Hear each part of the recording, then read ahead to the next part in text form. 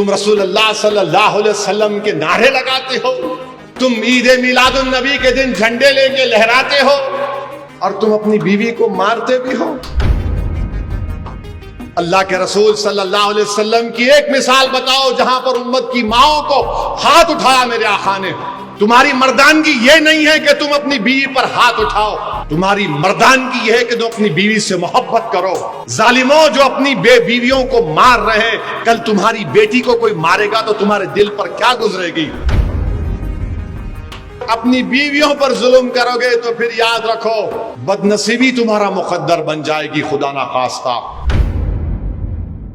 جب بیویوں کی بات آتی ہے، نوجوانوں سنو، جو اپنی بیویوں کو مارتے ہیں، تم بے شرم ہو، بزدل ہو، تم لوگ، تم ظالم ہو۔ تم رسول اللہ صلی اللہ علیہ وسلم کے نعرے لگاتے ہو،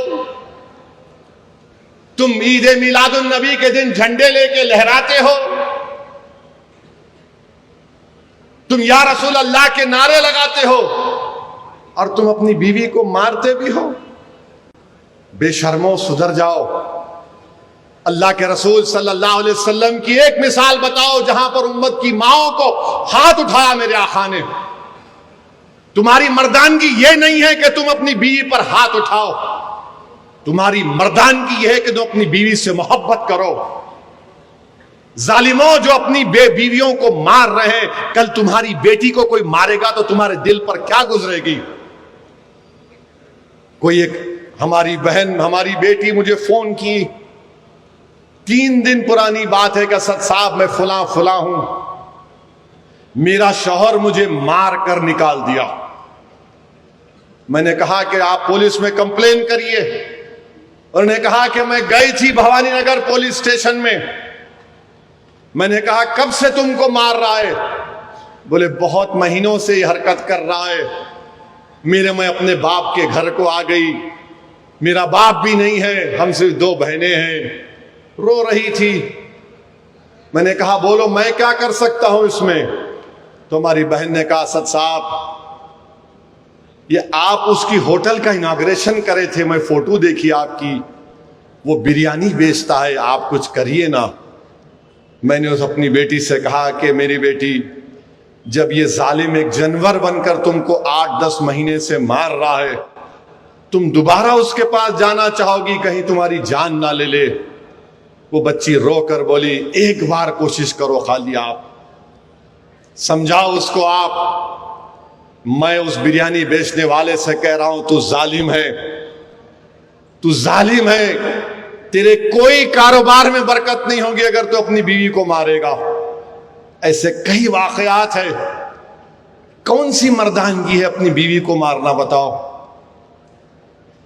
کیوں مارو گے تم اپنی بیوی کو؟ کیا تمہاری یہ بہادری ہے؟ نہیں، یہ تمہاری بزدلی ہے، یہ تمہاری طاقت کے مظاہرے نہیں، کمزوری کے مظاہرے ہیں۔ اللہ کے رسول صلی اللہ علیہ وسلم نے کسی بھی ہماری امت کی ماں کو مارا تو بتاؤ؟ میرے بھائی نوجوانوں، یہ حرکت مت کرو۔ یاد رکھو اللہ کے رسول صلی اللہ علیہ وسلم نے ہماری امت کی ماں کو حمیرہ کہہ کر پکارا۔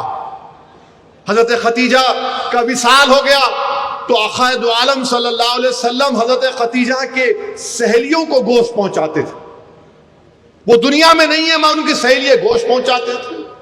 وہ اتنا ذکر کرتے حضرت خدیجہ کا، ہماری امت کی ماں کا، کہ بی بی عائشہ صدیقہ نے عرض کیا رسول اللہ صلی اللہ علیہ وسلم آپ ایک بوڑھی کا اتنا ذکر کرتے، اللہ نے آپ کو ان سے بہتر ازواج دیے۔